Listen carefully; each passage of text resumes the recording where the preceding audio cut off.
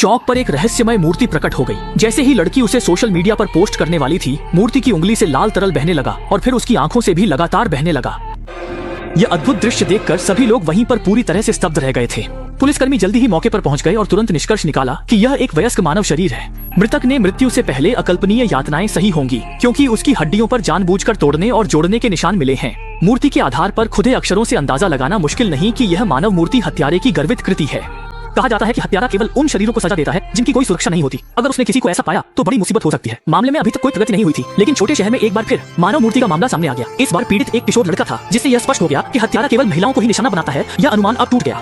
जैसे ही मामला उलझा, चश्मा पहने एक आंख वाले आदमी ने पुलिस ध्यान खींचा। दृश्य बदलता है और एक आंख वाला आदमी अंधेरे कमरे में दुबका है, बेसुरी लय में बच्चों का गीत गुनगुना रहा है। अचानक उसकी आंख के गड्ढे में तेज दर्द उठता है। वह अनायास ही अपनी आंख पकड़ लेता है, लेकिन डर देखता है कि उसके चारों ओर का दृश्य मुड़ने और फिर से बनना शुरू हो गया है। मंद रंगों वाला किराए का कमरा पल भर में एक उज्जवल कला स्टूडियो में बदल जाता है, जिसकी दीवारों पर रंग बिरंगे क्रेयॉन चित्र टंगे हैं। और भी अजीब बात यह है कि कोई कंप्यूटर के सामने बैठा राशियों की जानकारी खोज रहा है, और अगले ही पल स्क्रीन पर वही प्रतीकात्मक अक्षर उभर आता है। यह अक्षर ठीक वैसा ही है जैसा मूर्ति पर खुदा था। वह कांपते हुए अपनी दाईं आंख, जो अब नहीं है, को ढक लेता है। इस समय उसे समझ नहीं आ रहा कि यह हकीकत है या भ्रम, लेकिन ऐसा लगता है कि इसका उसकी दाईं आंख की कमी से गहरा संबंध है।